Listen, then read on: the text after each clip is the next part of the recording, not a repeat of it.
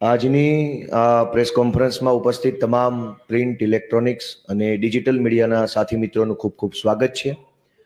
આ પ્રેસ કોન્ફરન્સમાં આમ આદમી પાર્ટીના રાષ્ટ્રીય કન્વીનર અને દિલ્હીના માનનીય મુખ્યમંત્રી શ્રી અરવિંદ કેજરીવાલજી આપણી સાથે છે. હું સૌનું સ્વાગત કરું છું. દોસ્તો, ગુજરાતમાં જે રીતે આમ આદમી પાર્ટી ખૂબ જ મજબૂતીથી ચૂંટણી પ્રચાર કરી રહી છે અને લોકોના દિલ સુધી આમ આદમી પાર્ટીના વિચારો અને અરવિંદ કેજરીવાલજીના કાર્યો પહોંચાડી રહી છે, એના કારણે જનતાનો જબરજસ્ત પ્રતિસાદ એક એક વિધાનસભા સીટ ઉપર આમ આદમી પાર્ટીને મળી રહ્યો છે. અને આમ આદમી પાર્ટીને જે પ્રતિસાદ મળી રહ્યો છે એના કારણે ભાજપ આખી પાર્ટીની અંદર એક ડરનો માહોલ ફેલાઈ ગયો છે. જે રીતે આમ આદમી પાર્ટી ચૂંટણી જીતવાની તરફ સતત આગળ વધી રહી છે, જોતા બોખલાઈ ગયેલા ભાજપના લોકો દ્વારા આખા ગુજરાતમાં આમ આદમી પાર્ટીના કાર્યકર્તા ઉપર અને આમ આદમી પાર્ટીના કાર્યક્રમોની અંદર હિંસા, તોડફોડ, મારામારી, છુરાબાજી, પથ્થરમારો આવી ઘટનાઓ ચાલુ કરી છે. 27 વર્ષ સુધી જનતાએ જે વિશ્વાસ આપ્યો મતના સ્વરૂપમાં, એના બદલામાં કામ કર્યું હોત તો આજે આ પથ્થરમારા કે છરાબાજીની ઘટનાઓ ન કરવી પડી હોત. ગઈકાલે સુરતમાં લિંબાયતની અંદર આમ આદમી પાર્ટીના કાર્યક્રમ દરમિયાન ભાજપના કેટલાક લોકોએ આવીને ખુલ્લેઆમ છુરાબાજી કરી અને એક અમારા કાર્યકરને બહુ ગંભીરતાથી છરી મારી ઘાયલ કર્યા. ગઈકાલે મોરબીની અંદર ભાજપના કાર્યકર્તાઓએ એક અમારા ઉમેદવાર ઉપર ગાડી ચડાવી દેવા માટે, કારથી એમને કચડી મારવા માટે સીસીટીવી ફૂટેજ પણ છે એના, ઘસી આવી અને કાર એમના ઉપર ચડાવી દેવાની કોશિશ કરી. અને ગઈકાલે મારી જનસભામાં ભાજપનો ખેસ પહેરેલા 2 લોકો બાઇક ઉપર આવી અને પથરાઓ ફેંકી પથ્થરમારાની ઘટના કરી એક નાના બાળકને ઈજા કરવાની કોશિશ કરી. નાના બાળકનું માથું ફૂટી ગયું, હું એને દવાખાને લઈ ગયો. મારે ભાજપના મિત્રોને વિનંતી કરવી છે કે તમારી રાજકીય લડાઈ અમારી સાથે છે, આમ આદમીઓ સાથે છે, બાળકો સાથે નથી, ગુજરાતના લોકો સાથે નથી.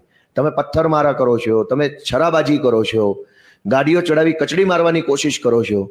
ગુજરાતમાં આ પ્રકારની હિંસાને ક્યારેય જગ્યા રહી નથી. ચૂંટણી લડો, તમે તમારી વાત મૂકો, તમે કરેલા કામ મૂકો અને આવનારા વર્ષોનો એજન્ડા મૂકો, પરંતુ પથ્થરમારો કરીને, જનસભાઓની અંદર છરાબાજી કરીને, લોકોને ઈજા કરીને, હિંસા કરીને ચૂંટણી જીતવાની જે કોશિશ કરો છો એ બિલકુલ યોગ્ય નથી. આવી ઘટનાઓ ગુજરાતના લોકો ક્યારેય સાખી નહીં લે. આમ આદમી પાર્ટીની સરકાર બનવા જઈ રહી છે ત્યારે ડરના માર્યા બોખલાઈ જઈને આ પ્રકારની નિમ્ન કક્ષાની હરકતો ભાજપ જે કરે છે એને ક્યારેય ગુજરાતની જનતા માફ નહીં કરે. આમ આદમી પાર્ટીને વધુને વધુ મત આપી ગુજરાતની અંદર એક ઈમાનદાર સરકાર બનાવશે એવી મને પૂરી શ્રદ્ધા અને વિશ્વાસ છે. હું અમારા માનનીય નેતા શ્રી અરવિંદ કેજરીવાલજીને વિનંતી કરીશ કે તેઓ આગળની વાત રજૂ કરે. आप सब लोगों को मेरा नमस्कार।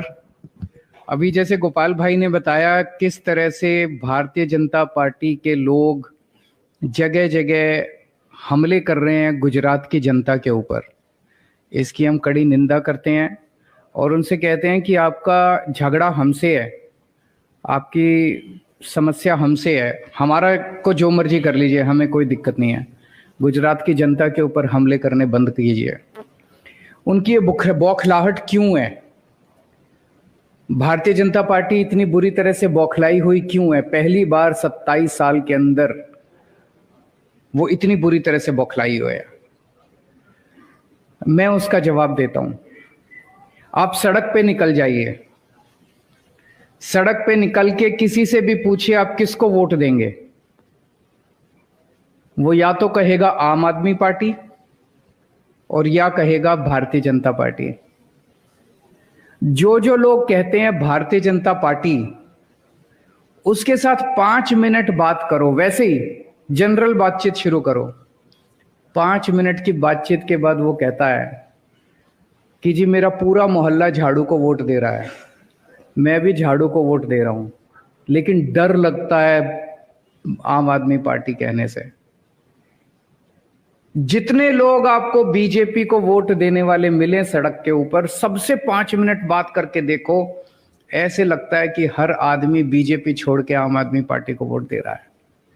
ये कारण है कि बीजेपी बुरी तरह से बौखलाई हुई है। तो 3 चीजें साफ साफ नहीं निकल के आ रही है। एक, कि लोग डरे हुए हैं। हमने इतने राज्यों में चुनाव लड़े, पहली बार एक ऐसा राज्य है, हमने पंजाब में भी चुनाव लड़ते हैं, हम दिल्ली में भी चुनाव लड़ते हैं, पहली बार एक ऐसा स्टेट देखने को मिल रहा है जिसमें एक आम आदमी ये बताते हुए डरता है कि मैं किसको वोट दे रहा हूं। उन्हें डर लगता है कि अगर मैंने भाजपा नहीं बोला तो मुझे ये मारेंगे, कहीं भाजपा वाले तो नहीं है जो पूछ रहे हैं। तो आम आदमी डरा हुआ है।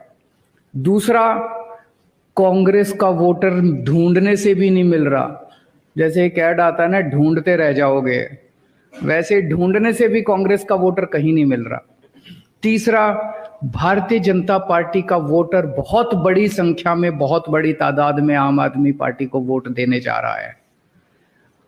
पूरा गुजरात इस टाइम बदलाव मांग रहा है। कई लोग कहते हैं कि राजनीति के अंदर मेरी भविष्यवाणी सही निकलती है। 2014 में जब दिल्ली में चुनाव हुआ था तो मैंने एक पत्रकार को लिख के दिया था कि कांग्रेस की इस बार 0 सीट आएंगी। किसी ने यकीन नहीं किया, लेकिन उस चुनाव में कांग्रेस की 0 सीट आई थी। पंजाब के चुनाव में मैंने कई सारी भविष्यवाणियां की थी। मैंने कहा था नवजोत सिंह सिद्धू हारेंगे, चन्नी साहब दोनों सीटों से हारेंगे, बादल साहब का पूरा परिवार हारेगा। तो आज मैं आप सबके सामने लिख के भविष्यवाणी करने जा रहा हूं। अलग अलग चैनल वाले मेरे से पूछते हैं, अलग अलग, उसकी जरूरत नहीं है।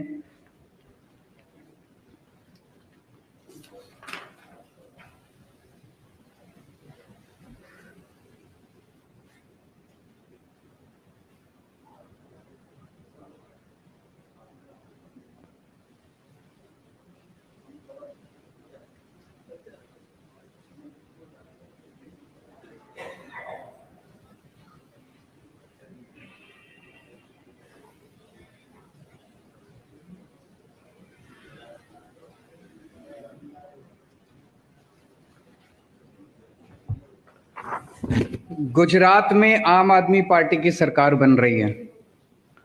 ये आज आप नोट कर लीजिए, ये भविष्यवाणी भी नोट कर लीजिए, और ये भविष्यवाणी सही होगी।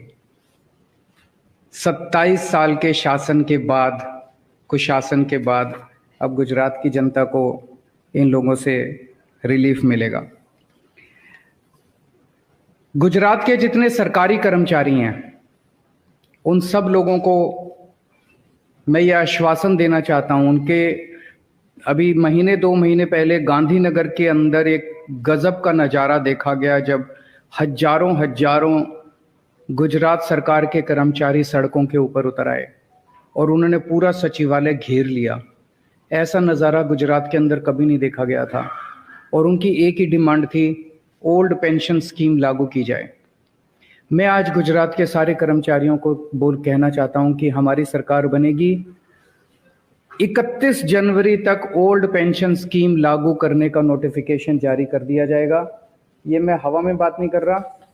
पंजाब के अंदर ओल्ड पेंशन स्कीम जारी करने का नोटिफिकेशन जारी हो गया है। ओल्ड पेंशन स्कीम दोबारा लागू कर दी गई है पंजाब के अंदर, हमारी सरकार बनती, और ये नोटिफिकेशन जारी हो गया पंजाब के अंदर।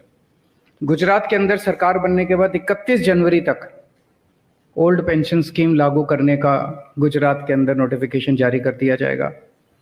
इसके अलावा बहुत सारे दूसरे कर्मचारी हैं, कच्चे कर्मचारी हैं, कॉन्ट्रैक्ट वाले कर्मचारी हैं, पुलिस के बहुत सारे साथी हैं, स्टेट ट्रांसपोर्ट के बड़े कर्मचारी हैं, ड्राइवर हैं, कंडक्टर हैं, वीसी हैं, बहुत सारे ग्राम रक्षक हैं, होमगार्ड हैं, आंगनवाड़ी वर्कर हैं, आशा वर्कर हैं, टीचर्स हैं, हेल्थ वर्कर्स हैं, तलाटी हैं, सफाई कर्मचारी हैं। इनके कई सारे मुद्दे हैं। इनमें से बहुत सारे ऐसे हैं जिनको ग्रेड पे की डिमांड है। इनमें बहुत सारे ऐसे लोग हैं जिनको कच्चा कर्मचारी हैं, उनको पक्का करने की जरूरत है, वो कह रहे हैं कि हमें पक्का किया जाए। इनमें से बहुत सारे कर्मचारी हैं जिनकी तनख्वाह बहुत कम है, तनख्वाह बढ़ाने की जरूरत है। इनमें बहुत सारे कर्मचारी हैं जो ट्रांसफर पोस्टिंग की वजह से अपने घर के पास, इन सबको मैं आश्वासन देना चाहता हूं कि ओल्ड पेंशन स्कीम तो लागू करेंगे, आपके हर एक तबके के जो मुद्दे हैं, हम आपके सारे मुद्दे समाधान करेंगे। क्योंकि हमें ये लगता है कि हम अपनी कोई गारंटी पूरी नहीं कर पाएंगे जब तक हमारे कर्मचारी दुखी रहेंगे। सारे कर्मचारियों की सारी समस्याएं ठीक करेंगे। मेरे सारे कर्मचारियों से हाथ जोड़ के विनती है। कहा जाता है कि जिस राज्य में सरकारी कर्मचारी जिस तरफ हों, चुनाव वही पार्टी जीतती है। सरकारी कर्मचारी 10 तरीके से इन्फ्लुएंस करते हैं, 10 लोगों को बताते हैं, उनकी बात सुनता है समाज। तो मैं सारे सरकारी कर्मचारियों को, गुजरात सरकार के कच्चे पक्के ये वो सभी से अपील करना चाहता हूं। एक तो अभी पोस्टल बैलेट चल रहा है, पोस्टल बैलेट में एक एक वोट आम आदमी पार्टी को पड़ना चाहिए। आप सबसे अपील है, पोस्टल बैलेट के अंदर एक एक वोट आम आदमी पार्टी को पड़ना चाहिए। और दूसरा, आप लोग अपने अपने तरीके से जिस तरह से भी प्रचार कर सकते हैं, जिस तरह से भी आप लोगों को वो कर सकते हैं, आप खूब जम के अगले 3-4 दिन प्रचार कीजिए, लोगों को कहिए आम आदमी पार्टी को वोट दें, आप हमारी सरकार बनवाइए, हम आपको एश्योर करते हैं कि आपके सारे मुद्दों का समाधान हम करेंगे। अगर कोई प्रश्न है तो आप बताइए। केजरीवाल का एक आज एक स्टेटमेंट आया है, उन्होंने कहा है कि रेपिस्ट अब थेरेपिस्ट बनने हैं और तिहाड़ जेल अब मसाज पार्लर बनने हैं। भारतीय जनता पार्टी ने दिल्ली के अंदर एक गारंटी दी है कि हर वार्ड में एक वीडियो की दुकान खोलेंगे। भारतीय जनता पार्टी अब वीडियो बनाने की कंपनी बन गई है।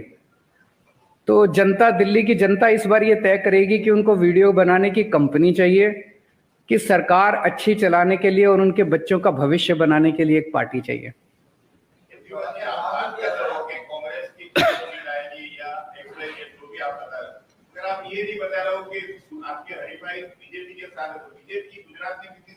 मैंने बता दिया, हमारी सरकार बन रही है तो हमारी 92 के ऊपर आएगी, उनकी 92 के नीचे आएगी। Thank you.